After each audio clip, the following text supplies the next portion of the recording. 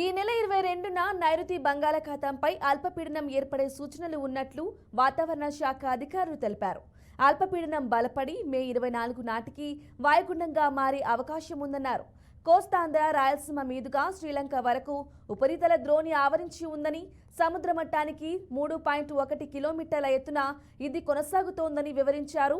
ఈ కారణంగా ఈ నెల 23 వరకు ఏపీ, తెలంగాణలో మోస్తరు నుంచి భారీ వర్షాలు పడే అవకాశం ఉన్నట్లు అధికారులు వెల్లడించారు. కోస్తాంధ్ర, తెలంగాణ జిల్లాలో భారీ నుంచి అతి భారీ వర్షాలు కురిసే అవకాశం ఉందని తెలిపారు.